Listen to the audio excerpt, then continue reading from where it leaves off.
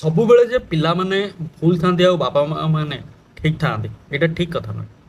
Maximum ସମୟରେ ପିତା ମାତା ମାନେ ଯେଉଁମାନେ ଜାଣିପାରନ୍ତିନି ନିଜର ପିଲାର ଭବିଷ୍ୟତକୁ ନିଜ ହାତରେ ସେ ତଳିତଳାନ୍ତ କରିଦେଇଥାନ୍ତି, ଜୀବନ ସାରା ତଳିତଳାନ୍ତ କରିଥାନ୍ତି ଆଉ ନିଜର ପିଲାଙ୍କର ଭବିଷ୍ୟତକୁ ବି ନିଜେ ବର୍ବାଦ କରିଦିଅନ୍ତି। କିପରି କିଛି ବାପା ମା ମାନେ କ'ଣ କରନ୍ତି, ପ୍ରତିଟି କଥାରେ ପିଲାଙ୍କୁ ଡାଟନ୍ତି, ଗାଳି କରନ୍ତି, ଯାହା ଫଳରେ ପିଲାଙ୍କର ଆତ୍ମବିଶ୍ୱାସ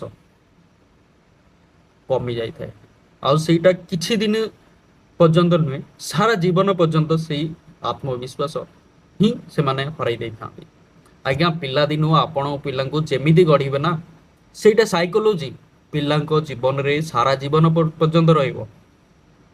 ତ ଭୁଲରେ ବି ଏମିତି କିଛି କରନ୍ତୁନି ଯାହାକି ଆପଣମାନେ ଆପଣଙ୍କ ପିଲାମାନଙ୍କର ଶତ୍ରୁ ହେଇ ସାରା ଜୀବନ ପାଇଁ ରହିବେ। ଆପଣମାନେ ଜାଣିପାରୁନାହାନ୍ତି ନିଜ ପିଲାଙ୍କ ସହିତ କି ପ୍ରକାର ଅନ୍ୟାୟ କରୁଛନ୍ତି।